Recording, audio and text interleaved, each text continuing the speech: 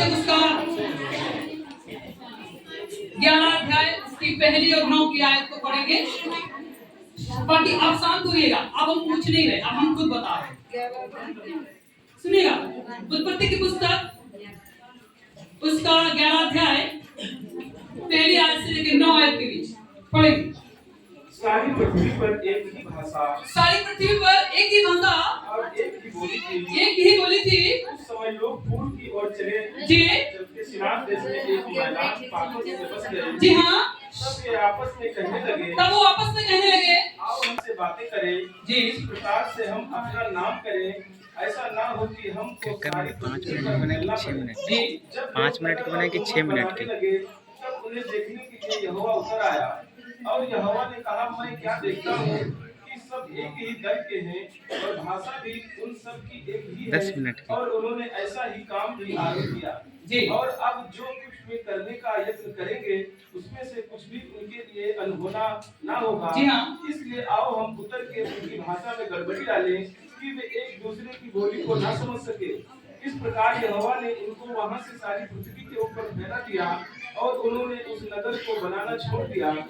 इस कारण उस नगर का नाम बेबीलोन पड़ा, क्योंकि सारी पृथ्वी की भाषा में जो गड़बड़ी है वो यहोवा ने वही डाली, और वहीं से यहोवा ने मनुष्यों को सारी पृथ्वी के ऊपर फैला दिया। सुनिएगा, आज के दिन हम इस विषय को सीखेंगे कि परमेश्वर, लोगों का घमंड बड़ा, प्राइड बड़ा, अभिमान बड़ा, यस मैं हूँ, मैं कर सकता हूँ, मैं कर सकता हूँ। उसी टाइम परमेश्वर उनमें गड़बड़ी लाता है। क्या लाता है? भाषा में गड़बड़ी है। अगर इसके 10 अध्याय को आप पढ़ें तो 10 अध्याय का जो सार है वहां पे हम नूह की वंशावली को देखते हैं, जहां से सेम, याफेत और उसके जो 3 बेटे थे उनमें से उनका परिवार बढ़ता है। और उसमें से भी एक जन है जो बहुत, कह सकते हैं, बहुत प्रभावशाली अपने जमाने में रहा, और वो सूरवीर कहलाया। वो सूरवीर कहलाया। ये इसकी नूह की यहाँ पे वंशावली है। इसके नाम जब आप घर जाके पढ़ेंगे तो आपको समझ में आ जाएगा। इसमें कोई बहुत बड़ी चीजें नहीं लिखी है, पर जो मुख्यतः बातें हैं, क्योंकि मैं आयत बाय आयत तो नहीं पढ़ सकता, पर जो मुख्यतः बातें हैं मैं उनको जरूर से प्रकाशन डालने का मैं चाहूंगा कि मैं उस पर प्रकाश डाल पाऊं और आपको सिखा पाऊं कि उन बातों का वास्तविक मतलब क्या है। हालेलुया। तो 10 अध्याय है वो नूह की वंशावली को चर्चा करता है, उसके विषय में बताता है। तो जब आप 11 अध्याय में आएंगे तो उसी से जो वंशावली से लोग निकले थे उनमें से बहुत सारे लोग अभिमानी, दीन मानने वाले, ठट्ठा करने वाले, गर्व करने वाले, घमंड करने वाले पैदा हो गए, और उनको लगा यस हम हैं और दुनिया नहीं है। ऐसा उनका मानना था। किनका? जिन्होंने बेबीलोन को बसाया था, जिन्होंने बेबीलोन को बसाया था। 11 अध्याय उसका 1 और 2 पद क्या कहता है? रिपीट करें। सारी पृथ्वी पर एक ही भाषा, सुनिएगा, सारी पृथ्वी पर एक ही भाषा और एक ही बोली थी। लिखा है, एक ही भाषा, एक ही बोली थी, एक ही शब्द था। उस समय लोग पूर्व की ओर चलते चलते सिनार देश में एक मैदान, लिखा है उस समय लोग पूर्व से निकलकर सिनार की ओर बढ़े। तो सिनार एक देश कहलाता है, उधर निकल के जा बसने का परियोजना बनाते हैं। तब वे आपस में कहने लगे, सुनिएगा गौर से, क्या कहने लगे? आपस में कहने लगे, आओ हम ईंटें बना बना के भली भांति, आओ हम ईंटें बना बनाकर भली भांति आग में पकाएं। आग में पकाएं। और उन्होंने पत्थर के स्थान पर ईंटे से, चूने के स्थान पर मिट्टी के गारे से काम लिया। फिर उन्होंने कहा, आओ हम एक नगर और एक गुम्मट बना लें, जिसकी चोटी आकाश से बातें करे। सुनिएगा, अभी मनुष्य का जो दिमाग था वो ईंट बनाने का था। पहले तो कच्चा ईंट आता था, बड़ा वाला पंखा था, है ना? पर अभी क्या है, इन लोगों ने थोड़ा सा मेहनत करके एक अच्छी ईंट का निर्माण किया। ईंट के इतिहास को यदि पढ़ेंगे तो ऐसा बताया जाता है कि तकरीबन 7000 वर्ष पहले लोगों ने ईंट का आविष्कार शुरू किया था। प्रॉपर ईंटें नहीं होती थी। आज से 100 साल पहले ईंटों को देखें तो लखोड़ी जैसी होती थी। लखोड़ी जानती ना?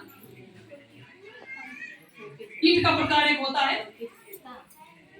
और यदि आप कहीं बड़े-बड़े टीले पे जाएं जहाँ पे राजा महाराजा बसा करते थे, वहां पे भी लखोड़ी निकलती है।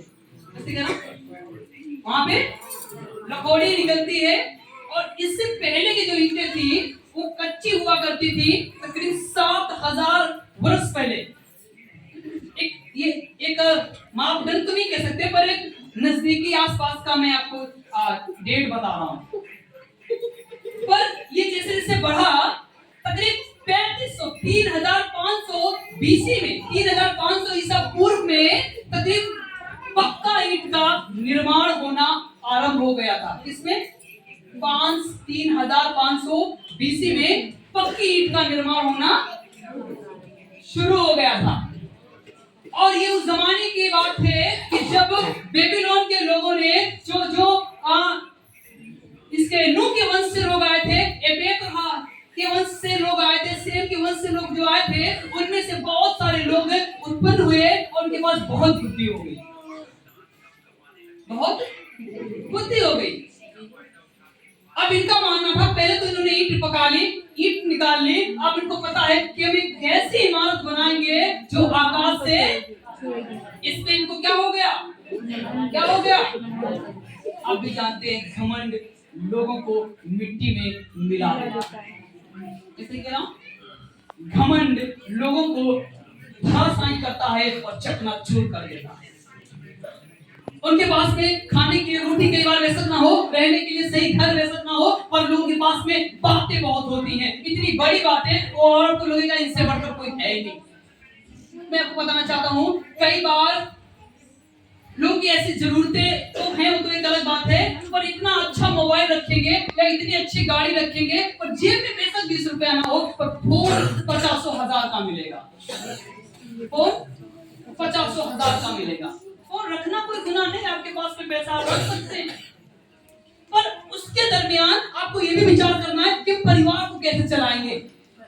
आप इतने में अपने जीवन को व्यतीत करें, इतने में जरूरत की चीजों को लें, आपका परिवार भी चलता रहे और आपका पैसा भी बचता रहे। पर नहीं, फलानी बहन को देखा था, 1 तोले का चेन लिए पहने थी, हम भी पहनेंगे 1.25 तोला का।